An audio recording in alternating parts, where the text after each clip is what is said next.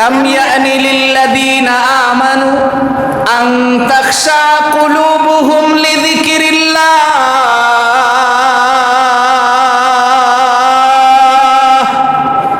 আমার ভাইজান মুফাসসিরিনে কেরাম লিখেন, পৃথিবীর মানুষ শুন, আব্দুল্লাহ ইবনে মুবারক রহমাতুল্লাহ আলাইহি উনি যখন দেখলেন আমি সেতারার মধ্যে টান দিলাম গান বের হওয়ার জন্য, আমি বেহলার রশি ধরে টানলাম যেন গানের সুর বের হয়, এখন তাকায়া দেখি গান আর বের হয় না, কি যেন একটা শব্দ বের হচ্ছে।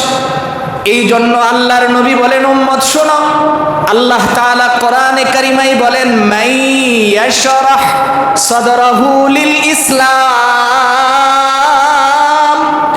উম্মত শোনো, রব্বুল আলামিন বলেন, আমি যাকে পছন্দ করি তার দিলটা ঈমান ইসলামের জন্য খুলে দেই। সুবহানাল্লাহ। আল্লাহ তাআলা বলেন, তুমি আমার কাছে চাইতে হবে, চাইলেই ইসলামের জন্য আমি যখন তোমার হৃদয়টা খুলে দিব, হিদায়াতের নূর তখন তোমার ভিতরে অটোমেটিক ঢুইকা যাবে।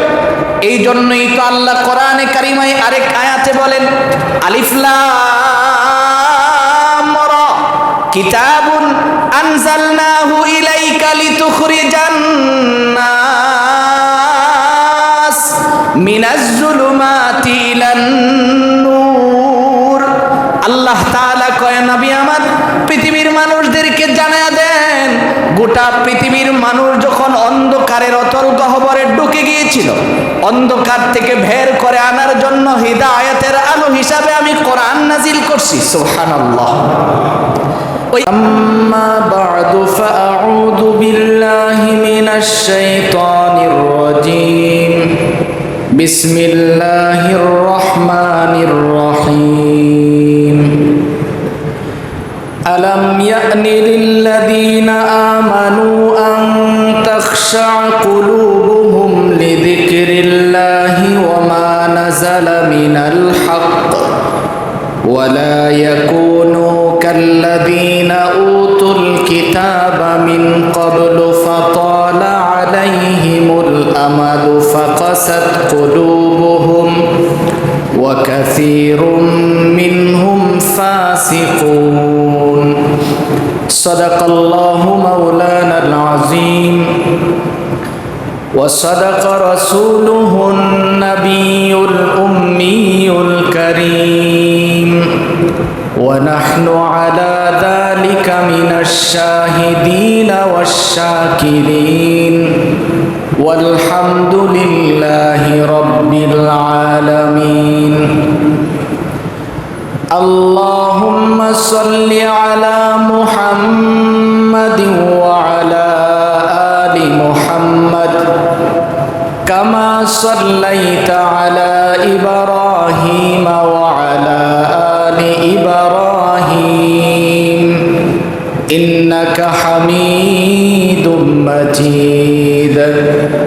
আল্লাহুম্মা বারিক আলা মুহাম্মাদিন ওয়া আলা আলি মুহাম্মাদ কামা বারাকতা আলা ইব্রাহিম ওয়া আলা আলি ইব্রাহিম ইন্নাকা হামিদুম মাজিদ।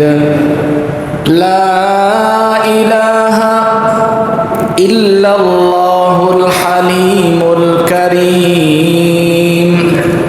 সুবহানাল্লাহি ওয়া বিহামদিহি সুবহানাল্লাহিল আযীম।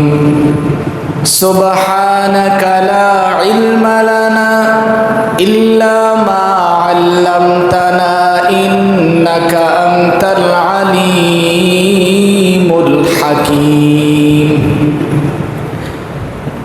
নেহায়েত কাবিল ইহতিরাম উপস্থিত দেশ ও জাতির কর্ণধার হযরত উলামায়ে কেরাম, অত্র এলাকার বিভিন্ন অঞ্চল থেকে আগত ইসলাম প্রিয় মুসলিম ভাইরা, মহান রব্বে কারীমের দরবারে অসংখ্য গণিত শুকর আদায় করছি, যিনি অত্যন্ত দয়া করে মেহেরবানি করে আমাদের হায়াতটাকে দীর্ঘায়িত করে সুস্থ শরীরে পবিত্র জুমার দিনে আল্লাহর ঘর মসজিদে বসে নামাজের পূর্বে কোরআন ও হাদিসের কিছু কথা শোনার তৌফিক দিয়েছেন, এই জন্য আমরা সকলেই পড়ছি আলহামদুলিল্লাহ। মোহতারাম ভাই, আমরা ধারাবাহিকভাবে সূরাতুশ শূরার তাফসীর শুনতেছিলাম। সেই ধারাবাহিকতার আলোকে সূরাতুল হাদীদের 16 নম্বর আয়াত আমি তেলাওয়াত করেছি। আল্লাহ রাব্বুল আলামিন যেন তিলাওয়াতকৃত আয়াত এবং হাদিসের আলোকে আমাকে ইখলাসের সহিত কিছু কথা বলার এবং আপনাদের সকলকে আমল করার নিয়তে শোনার তৌফিক দান করুন। সকলে বলি আমিন। মোহতারাম ভাই, আমরা শুনতেছিলাম রব্বুল আলামিন মানুষকে জান্নাতে যাওয়ার সহজ রাস্তা হিসাবে কোরআন দিয়েছেন। কারণ কোরআন শরীফ কোনো মানুষ যদি তিলাওয়াত করে, আল্লাহ রাব্বুল আলামিন কোরআন তিলাওয়াতের খাতিরে ওই মানুষটাকে হিদায়াত দেন। সুবহানাল্লাহ। কারণ আল্লাহ তাআলা নিজেই বলেন যে এই কোরআন আমি মানুষের হিদায়াতের জন্য নাজিল করেছি। মানুষের হিদায়াতের মূল চাবিকাঠি হলো কোরআনের মধ্যে। যাদের ভিতরে যত বেশি কোরআন থাকবে, আল্লাহ রাব্বুল আলামিন তাদেরকে তত বেশি হিদায়াতের নূর দিয়ে ভরপুর করে দিবেন। এটা হলো আল্লাহ রাব্বুল আলামিনের কথা। আল্লাহ তাআলা বলেন যে আমি কোরআন নাজিল করার মূলে যে কারণটা, এটা হলো মানুষকে সহজে আমি হিদায়াত দিতে চাই। গত জুমায় আমরা যে আয়াতের তাফসীর শুনতেছিলাম, আল্লাহ বলেন ওয়ালাউ শা আল্লাহু লাজআলাহুম উম্মাতাও ওয়াহিদা ওয়ালাকিন ইউদখিলু মান ইয়াশাউ ফি রাহমাতি। রব্বুল আলামিন বলেন যে আমি যদি চাইতাম মানুষকে সকলকে হিদায়াত দিতে বাধ্য করতে পারতাম, কিন্তু আমি কেন করি নাই? কারণ এই দুনিয়াতে আমি তাকে সুযোগ দিয়েছি। সে কি করে, ভালো মন্দ এটা বুঝার মতো যোগ্যতা কেবল মানুষকেই তো আমি দিয়েছি। পৃথিবীর জমিনে যত প্রকারের মাখলুক আছে, কোনো মাখলুক কিন্তু ভালো মন্দ এটা বুঝতে পারে না। আপনি মাঠে গরু চড়াইতে গেছেন, গরুকে যদি কোনো ক্ষেতের লাইলে নিয়ে দাঁড় করায়া 2 ঘন্টা ভর নসিহত করেন, যাই গরু সাবধান, এই ক্ষেতের মালিকের সাথে আমার পূর্বপুরুষ থেকে ঝগড়া চলতেছে, খাইবি তো খাইবি কিন্তু এই ক্ষেতের ভিতরে খাবি না। আচ্ছা আপনারা বলেন যে 2 ঘন্টার ওয়াজের দ্বারা গরু 1 সেকেন্ড মনে রাখবো? কথা বলেন, 1 সেকেন্ড মনে রাখবো? প্রক্ষান্তরে আপনার নাবালিক একটা বাচ্চাও যদি হয়, তাকে যদি আপনি কথা বলেন যাব্বা এই পাশের বাড়িতে আপনি যাবেন না, তাদের সাথে আমাদের সম্পর্ক ভালো না, দেখবেন এই ছেলেটা ওখানে যাবে না। তো আল্লাহ তাআলা বলেন যে এই বুঝার যোগ্যতাটা আমি কেবল মানুষকে দিয়েছি, পৃথিবীর কোনো প্রাণীকে আমি দেয়নি। যদি বুঝার যোগ্যতা জানতো সকল প্রাণীর যদি থাকতো, তাহলে হাতি কত বড় একটা হাতি, কত টন তার ওজন, ছোট্ট একটা মানুষের বাচ্চাই হাতির উপরে ওইটা লাঠি দিয়া হাতিকে বাধ্য করে কত পরিশ্রমের কাজ করায়। একটা মহিষ, তাকে দিয়ে আপনি কি পরিমাণে পরিশ্রম করাচ্ছেন। আমাদের বাংলাদেশে তো খুব কম, কেবল উত্তরবঙ্গে গেলে দেখা যায় কিছু কিছু মানুষ মহিষের গাড়ি দিয়ে মাল সামান টানে। ভারতে আমরা দেখেছি মহিষের গাড়ি ছাড়া তো তারা চলতে অচল, এমন অনেক জায়গা আছে যেখান থেকে ফসলগুলি টাইনা বাড়িতে আনে মহিষের গাড়ি দিয়ে। এখন মহিষ যদি এই জিনিসটা বুঝতে পারত, তার যে যোগ্যতা আছে, তার যে শক্তি আছে, এটা যদি সে বুঝতে পারত, জিন্দিগিতে মানুষের কথা সে শুনত না। এই জন্য আল্লাহ তাআলা বলেন, রসূল আপনি তাদেরকে বলেন প্রত্যেকটা প্রাণীকে আমি জন্মগতভাবে কিছু হিদায়াত দিয়ে দিয়েছি, আর মানুষকে হিদায়াত পাওয়ার রাস্তা হিসাবে আমি কোরআন দিয়েছি। সুবহানাল্লাহ। প্রত্যেক বস্তুকে আমি জন্মগতভাবে কিছু হিদায়াত দিয়েছি। যেমন মুরগির বাচ্চা জন্ম নেওয়ার পরেই সে খুঁটা খুঁটা খাওয়া শিখছে। এটা কি আপনি বসে বসে তাকে শিখিয়ে দিয়েছেন? কে শিখাইছেন? জোরে বলেন, কে শিখাইছেন? আল্লাহ। অথচ আপনার আমার সন্তান, তাকে লালন পালন করতে অনেক সময়ের প্রয়োজন হয়, অনেক পরিশ্রম করতে হয়। তো আমার ভাই, এই কথাগুলি বলা আমার উদ্দেশ্য না। তো আজকে আমি যেই কথাটা বুঝাইতে চাচ্ছি, আল্লাহ রাব্বুল আলামিন বলেন যে হিদায়াত পাওয়ার সহজ রাস্তা হলো কোরআন। সহজ রাস্তা কি? কোরআন। কোরআনের মাধ্যমে মানুষ যত সহজে হেদায়েত পায়, অন্য কোনো মাধ্যমে এত সহজে হেদায়েত পাওয়া সম্ভব না। দুইটা দৃষ্টান্ত দিলে আপনারা খুব সহজে বুঝতে পারবেন। আব্দুল্লাহ ইবনে মুবারক রহমতুল্লাহ আলাইহি, যিনি ইমামে আজম আবু হানিফা রহমতুল্লাহি আলাইহির সরাসরি ছাত্র, ওনার জীবনের 30 বছর জোয়ানি বয়সটা, 30 বছর পর্যন্ত তার চাল চলন ছিল ভিন্ন, উল্টা পাল্টা চলাফেরা করত। অথচ জমানার শ্রেষ্ঠ একজন মুহাদ্দিস আব্দুল্লাহ ইবনে মুবারক রহমতুল্লাহি আলাইহি, তাবেঈদের মধ্যে অন্যতম একজন তাবেঈ, ওনাকে আমরা চিনি। যে উনি কত বড় তাবেঈ ছিলেন। বাচ্চা হারুন আর রশিদের জমানায়, তখনকার সময়ে তো বাদশাদের যুগ ছিল। তো হারুন আর রশিদ যে বাগদাদ শহরে থাকতেন, বাগদাদ শহরের চতুর্দিকে বাউন্ডারি করা ছিল, নির্ধারিত কয়েকটা গেট ছিল। সময় মতো গেটগুলি ওপেন হতো, আবার সময় মতো গেটগুলি বন্ধ করে দেওয়া হতো। একদিন আসরের পরে বাদশাহ হারুন আর রশিদ তার স্ত্রী জুবাইদাকে নিয়ে ছাদের উপরে বসা। হঠাৎ করে বিকট একটা শব্দ তার কানে আসছে।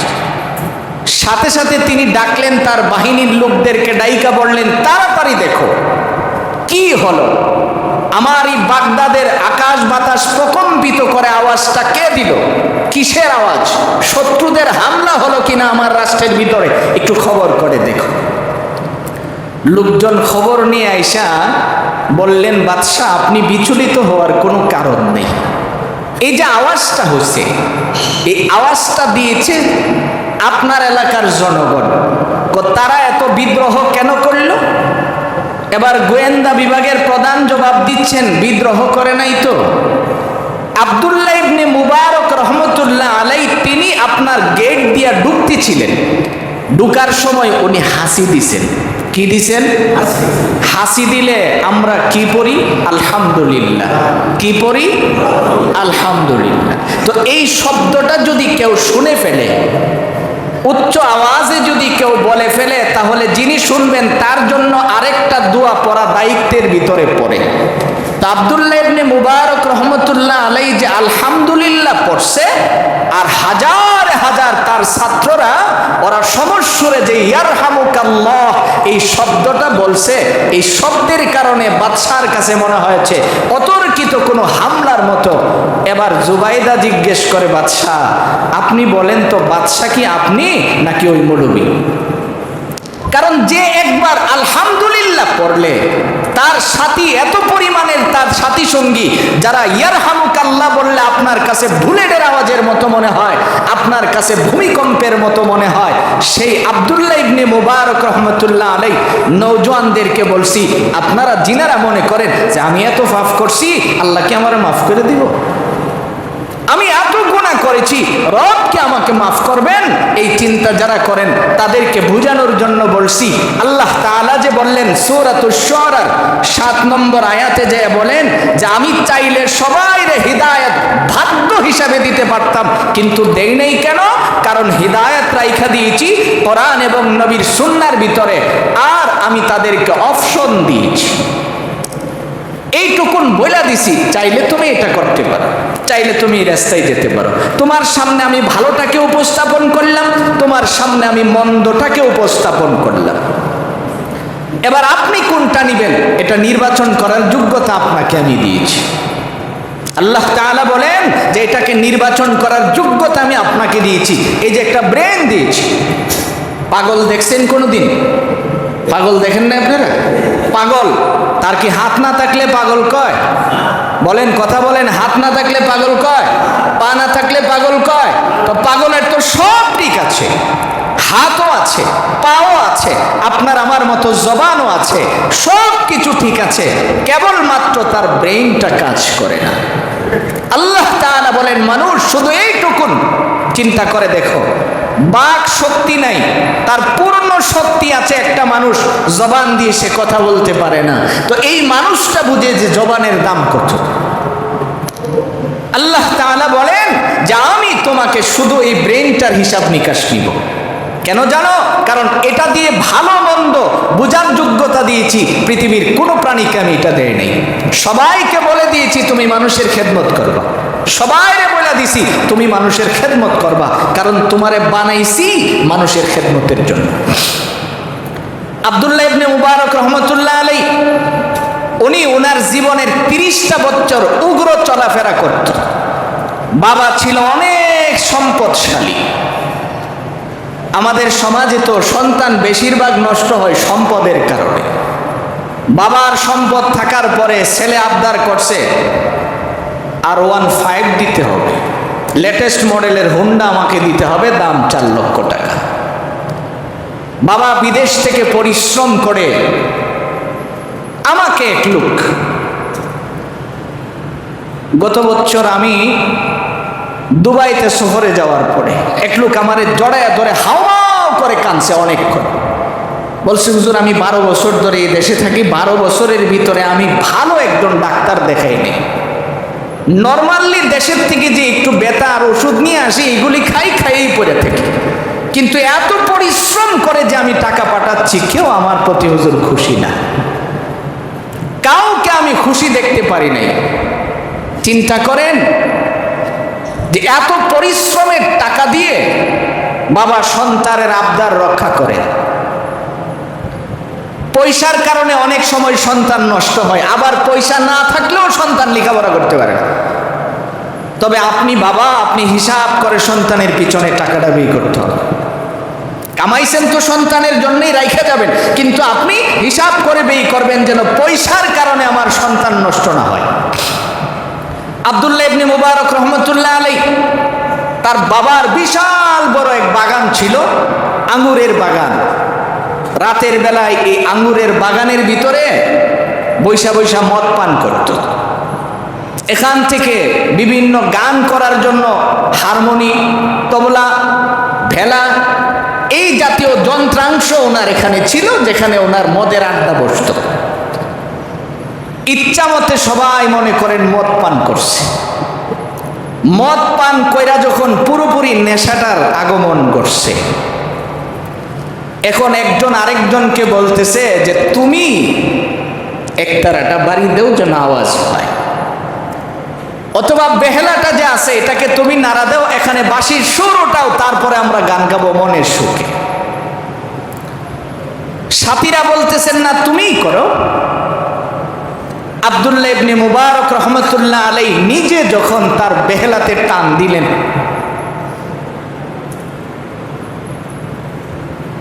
ইতিহাসবিদগণ লিখেন তখন বেহেলা থেকে গানের সুর বের না হয়ে কোরআনের একটা আয়াত বের হয়েছে। সুবহানাল্লাহ, কি বের হয়েছে?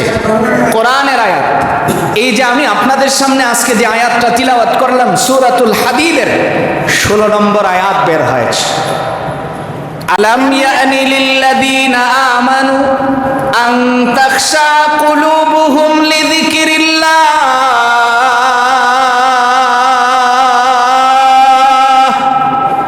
আমার ভাইজান মুফাসসিরিন কিরাম লিখেন, পৃথিবীর মানুষ শুন, আব্দুল্লাহ ইবনে মুবারক রহমতুল্লাহ আলাইহি উনি যখন দেখলেন আমি সেতারার মধ্যে টান দিলাম গান বের হওয়ার জন্য, আমি বেহলার রশি ধরে টানলাম যেন গানের সুর বের হয়, এখন তাকায়া দেখি গান আর বের হয় না, কি যেন একটা শব্দ বের হচ্ছে। এই জন্য আল্লাহর নবী বলেন উম্মত শোনো, আল্লাহ তাআলা কোরআনে কারিমায় বলেন মাইয়াশরাহ সাদরাহু লিল ইসলাম। উম্মত শোনো, রব্বুল আলামিন বলেন আমি যাকে পছন্দ করি তার দিলটা ঈমান ইসলামের জন্য খুলে দেই। সুবহানাল্লাহ। আল্লাহ তাআলা বলেন তুমি আমার কাছে চাইতে হবে, চাইলেই ইসলামের জন্য আমি যখন তোমার হৃদয়টা খুলে দিব, হিদায়াতের নূর তখন তোমার ভিতরে অটোমেটিক ঢুইকা যাবে। এই জন্যই তো আল্লাহ কোরআনে কারিমায় আরেক আয়াতে বলেন আলিফ লাম রা কিতাবুন আনজালনাহু ইলাইকা লিতুখরিজান নাস মিনাজ যুলুমাতি ইলান নূর। আল্লাহ তাআলা কয় নবী আমার পৃথিবীর মানুষদেরকে জানায়া দেন গোটা পৃথিবীর মানুষ যখন অন্ধকারের অতল গহ্বরে ঢুকে গিয়েছিল, অন্ধকার থেকে বের করে আনার জন্য হিদায়াতের আলো হিসাবে আমি কোরআন নাজিল করছি। সুবহানাল্লাহ।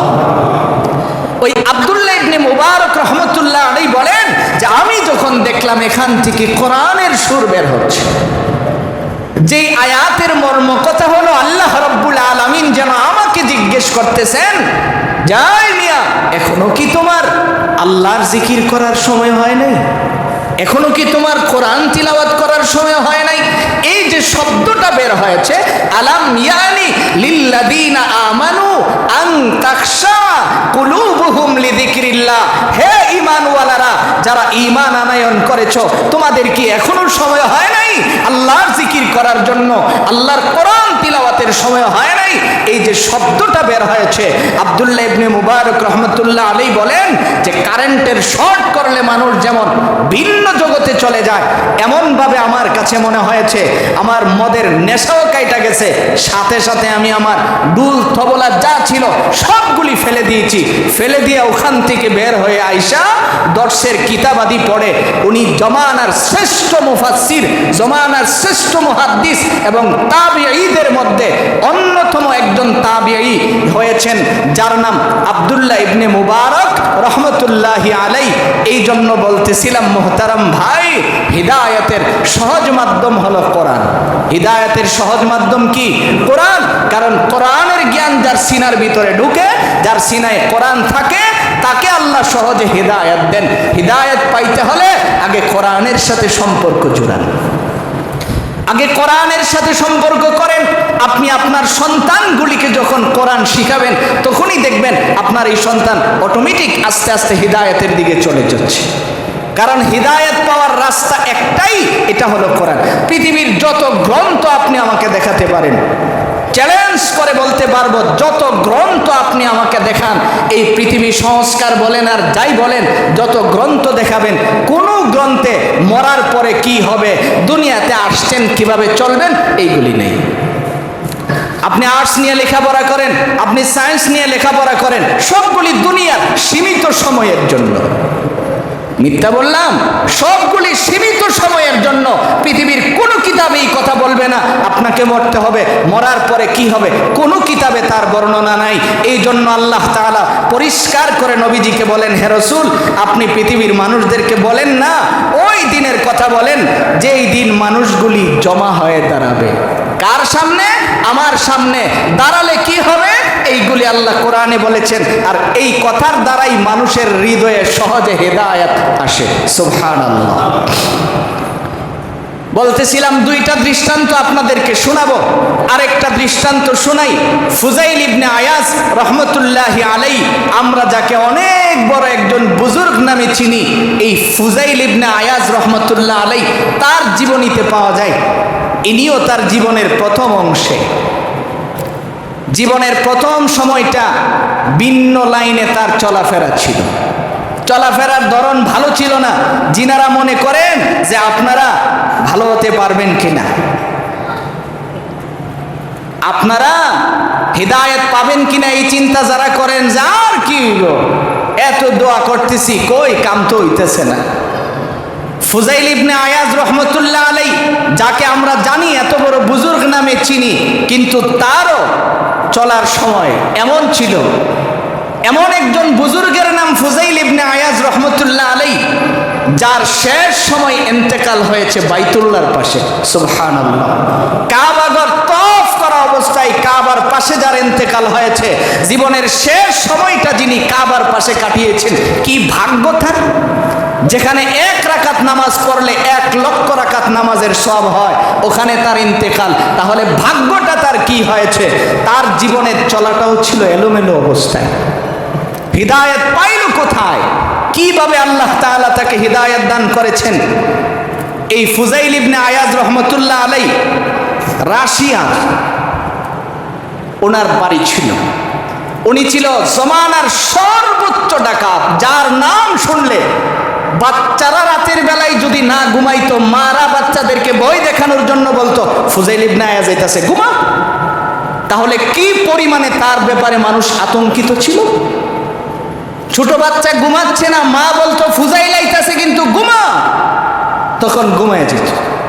এই ফুজাইল ইবনে আয়াস, তার জীবনীতে পাওয়া যায় ডাকাতের সর্দার ছিল।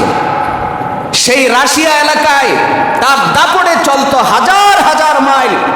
যখন মুঠোফোনের কোনো ব্যবস্থা ছিল, যখন ইন্টারনেটের ব্যবস্থা ছিল না, মাইল কি মাইল পর্যন্ত তার খবর পৌঁছাইতো।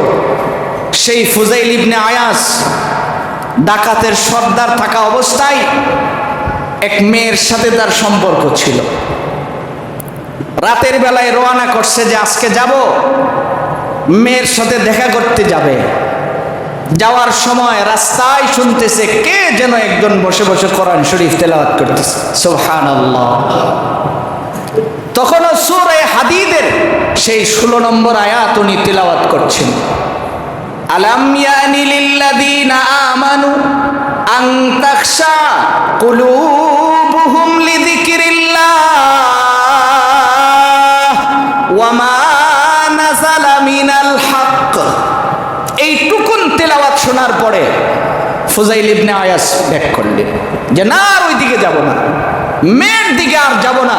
কারণ কোরআনের তিলাওয়াত এমন জিনিস যেটা মানুষের হৃদয়ে ভেদ করে ঢুকে যায়।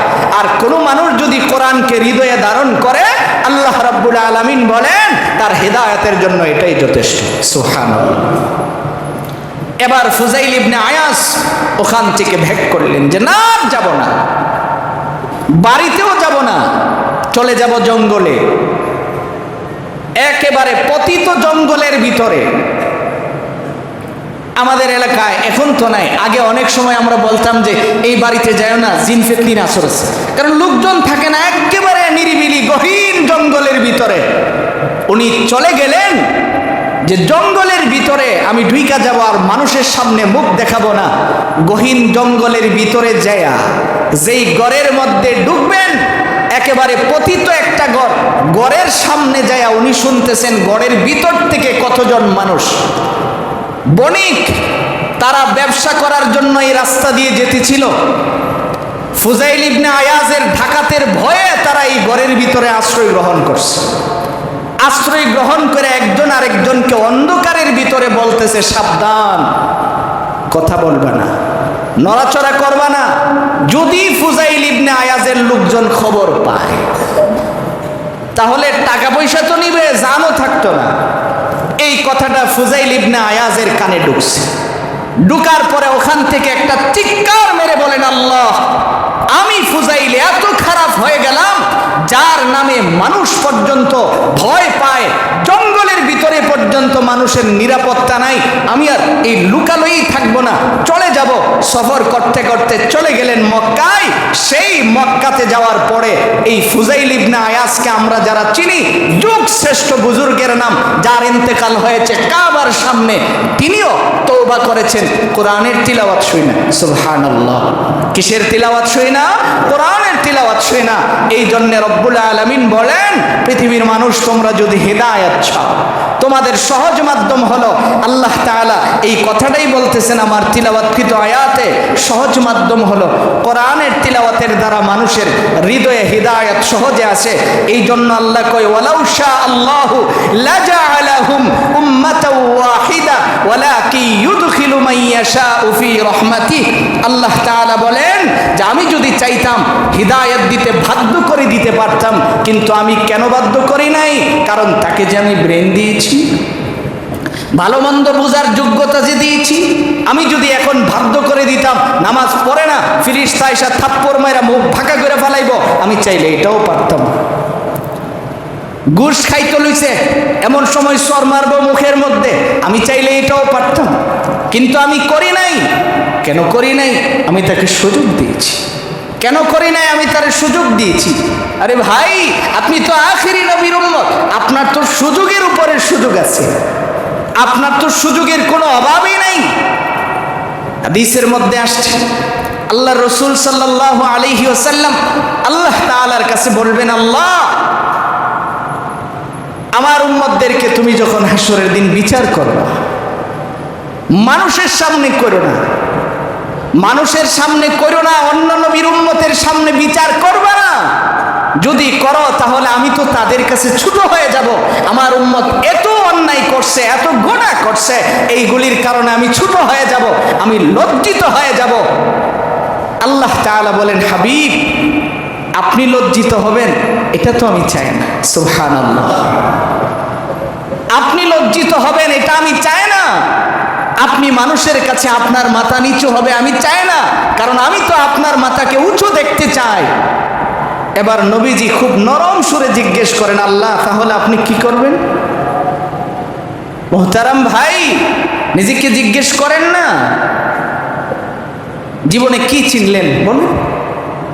সেই নবী তো আপনি চিনলেন না, তো চিনলেন কি জীবনে?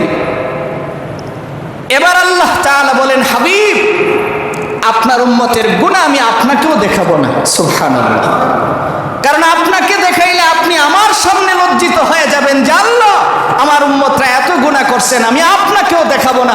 বিচার করতে হলে আপনিও দেখবেন না, পৃথিবীর কেউ দেখবে না, আড়ালে নিয়ে আমি আপনার উম্মতের বিচার করব। সুবহানাল্লাহ। এই জন্য মোহতারাম ভাই, গত জুমায় আপনাদেরকে শুনিয়েছিলাম আল্লাহর রাসূল সাল্লাল্লাহু আলাইহি ওয়াসাল্লাম পৃথিবী থেকে চলে যাওয়ার কিছুদিন আগে আবু হুরায়রা জিজ্ঞেস করলেন, ইয়া রাসূলুল্লাহ জান্নাতে যাওয়ার সহজ রাস্তা বলেন। নবীজি বলছিলেন 5টা কাজ করো। মনে আছে? 3 কাজ গত জুমায় বলেছিলাম, 5টা কাজ করার কথা নবীজি বলেছেন। ইন্নাল জান্নাতা তাশতাকু ইলা খামসাতি নাফার তালিল কোরআন। নবী বলেছেন 1 নম্বরে কি করবা? কোরআন তিলাওয়াত করবা। বলেন কি করবেন? সবাই বলেন কি করবেন? কোরআন তিলাওয়াত। 2 নম্বরে নবীজি বলেন ওয়া হাফিজিল লিসান, জবানকে হিফাজত করো। দুনিয়াতে যত সমস্যা কেবল জবানের কারণেই হচ্ছে। আপনি জবানকে সেভ করবেন তো দুনিয়া সেভ হয়ে যাবে। একটা মজার গল্প শোনাই। আশরাফ আলী থানভী রহমতুল্লাহি আলাইহি, ওনার কাছে এক মহিলা গেছে, যায় বলতেছে, হুজুর আমার একটা তাবিজ দেন। কি দেন? তাবিজ। তাবিজ কি আর তাবিজ? আমার স্বামী হাল চাষ করে, তো হাল চাষ করে আওয়ার সময় আমরা ছোটবেলা আল্লাহ ফাজুল করতো। ওই যে হাল চাষ করার যে লাডিয়া ছিল, এটার মাথাতে একটা খৈরা লাগানো থাকতো। এখন তো হাল চাষও না, এই যুগের ফুলাপান তো কইতেও পারতো না। তো এই লাডি দিয়ে আয়সা বাড়ির দুইকেই বাড়ি শুরু করে। তো আশরাফ আলী থানভী রহমতুল্লাহ আলাইহি বললেন, ঠিক আছে, 1 বোতল পানি দিস, যে তোমার স্বামী যখন ক্ষেতের থেকে কাজ করে আইব এই পানিটা তুমি মুখে দিয়া চুপচাপ বয়ে থাকবে। বেচারা ক্ষেতের থেকে আইছে, পুরা রৌদ্রের মধ্যে মাথা হিট হয়ে রয়েছে, আর মুখের মধ্যে পানি দিয়ে বয়ে রয়েছে, জিগায় কিছু কয় না, রাগ তো বাইরে গেছে। 2টা বাড়ি যখন দিছে একবারে মুখ বরাবর পানি মারছে। এমনকি মেজাজকে আগের মতো আছে না আরো চড়ছে? আচ্ছা তাহলে কতক্ষণ পিটাইছে। পরের দিন যায় কথা, নবী কি ওষুধ দিলাম, মাইট তো আগের চেয়ে বাইরে গেছে। তাবিজ চাইলাম মাইট যেন কমে, কিন্তু তুমি কি ওষুধ দিলা, মাইট দিয়ে বাইরে গেল। থানভী রহমতুল্লাহ আলাইহি জিগায়, কি করছো? পানি কি করছো? পানি তো তার মুখ বরাবর মারছি। 2টা বাড়ি দিছে, বড়ই তো পানিটা মাইরা দিছি নাক বরাবর। আশরাফ আলী থানভী রহমতুল্লাহ আলাইহি বলেন, মারা যাবে না, যাও 1 বোতল পানি দিয়ে দিছে, এটা মুখের মধ্যে দিয়ে তুমি চুপচাপ বয়ে থাকবে। এখন চুপচাপ যখন বয়ে রয়েছে 2টা বাড়ি দিয়া, কোনো কথা কয় না, কিছু কয় না। ঝগড়া করতে গেলে একতরফা কিন্তু ঝগড়া হয় না। আপনি বাজারে গিয়া মনে করেন শক্তি আছে, একজনের থাফড়া মারছেন, হে যদি কথা না কই যে আরেকটা দিয়া দেখ, বাইতে লাডি লয়ে আইতাছি, উদ্দুর না কইলে তো আর দিত মনে হইতো না। যদি এটা বলে তাহলে 2 দলের হিট হয়। মহিলা যখন চুপচাপ বয়ে রয়েছে 2টা বাড়ি দিয়েই বেচারা ঠান্ডা হয়ে গেছে। পরের দিন আইসে, আয়া জিগাইছে, কিছু কয় না, চুপ করে বয়ে রয়েছে, মেজাজ তার এমনি ঠান্ডা। 3 দিন পরে যায় কথা, নবী ওষুধ তো কাজ হয়েছে, এখন তার ফিডা ফুডা দেয় না। এবার মহিলা জিজ্ঞেস করে যে তুমি যে ফানি পরা দিছো, কি ফইরা ফানিটা দিছো? আশরাফ আলী থানভী কই, কিচ্ছু ভরছি না। কোথাইলে যে তাবিজ কামো লাগলো? আমি হিসাব করে দেখছি, মা তোমার মুখটা বেশি ভালো না, কারণ ক্ষেতের থেকে বেচারা কাম করে যখন আয়ে মেজাজ তো এমনি গরম থাকে, আর তুমি উল্টা পাল্টা যে কথা শুরু করো তখন মেজাজ আরো হিট হয়ে যায়। তো এই জন্য আল্লাহর রসুল কয় যে 2 নম্বরের কাজ হলো হাফিজিল লিসান, তুমি তোমার জবানের হিফাজত করো, দেখবে এমনই শান্তি চলে আইব। আর জান্নাত কি হবে? ওই 8টা জান্নাতের দরওয়াজা তোমারে ডাকবে যে আমার ভিতরে আয়েন, আমার ভিতরে আয়েন। সুবহানাল্লাহ। 3 নম্বর ওয়া মুতঈমিল জিআন ওয়া মুকসিল উরিয়ান, আল্লাহর রসুল কয় যে তোমার সমাজে যদি কোনো মানুষ খাদ্য না থাকে, খাদ্যহীন মানুষকে সাধ্য অনুযায়ী খাদ্য খাওয়াইবা। খাদ্যহীন মানুষকে কি করবা? সাধ্য অনুযায়ী খাবার দিবা। তারপর ওয়া মুকসিল উরিয়ান, পোশাক পরিধান করা যাদের ব্যবস্থা থাকে না, বস্ত্রহীন মানুষকে তুমি বস্ত্র পরিধান করার ব্যবস্থা করে দিবা। চাই এটা তোমার পুরাতন কাপড় দিয়ে হোক অথবা কাউকে নতুন কাপড় দিয়ে হোক। 5 নম্বরে ওয়ামান সাল্লা আলা হাবিবির রহমান, রসুলের উপরে তুমি বেশি বেশি করে দুরূদ শরীফ পড়বা। আল্লাহর নবী কই তাদখুলুল জান্নাতা বিসসালাম, জান্নাতের 8টা দরওয়াজা সালাম দিয়ে দিয়ে বলবে যে আল্লাহ এই মানুষগুলিকে আমার ভিতরে ঢুকাইয়া দেন। সুবহানাল্লাহ। এবার আমি আপনাদেরকে জিজ্ঞেস যদি করি যে আপনি বলেন যে আপনি তো একজন আশিকে রাসূল, আপনি জীবনে কয়বার করে দুরূদ শরীফ পড়ছেন? নিজেরে জিগান, জীবনে কয়বার করে আপনি দুরূদ শরীফ পড়ছেন? দুরূদ শরীফ এমন জিনিস, আপনি পড়বেন তো আপনার জীবনের রং পাল্টে যাবে। আপনি পড়বেন তো আপনার জীবনের রং পাল্টে যাবে। পাক্কা ওয়াদা করে ফেলেন যে জীবনে দৈনিক কমসে কম 1000 বার দুরূদ শরীফ পড়ব। 1 সপ্তাহ পরে দেখেন জীবনের হিসাব আর মিলবে না, পাল্টা যাবে জীবনের হিসাব। 1 নাম্বার হলো আপনি যখন এই দুরূদগুলি পড়বেন আপনার কোনো পেরেশানি তো থাকবে না, রিজিকের অভাব অনটন দূর হয়ে যাবে। আসমান থেকে রিজিক অনর্গল আপনার কাছে আসতে থাকবে, গাইবি খাজানা থেকে রিজিক আপনার সামনে দৌড়াবে। তা আপনি এত পেরেশান হচ্ছেন কেন? যা করা দরকার তা না করে উল্টাটা করেন, এই জন্যই তো পেরেশান হচ্ছেন। যা করা দরকার আপনি এটা করছেন না, কিন্তু তার উল্টাটা করতেছেন। আপনি যেই পেরেশানিটা করতেছেন 200 টাকা মানুষ থেকে মাইরা কেমনে আনবেন? এই মেধাটা এখানে খরচ না করে আপনি নিয়ত করেন না যে আমি আধা ঘন্টা সময় বৈশা 1000 বার দুরূদ শরীফ পড়ি।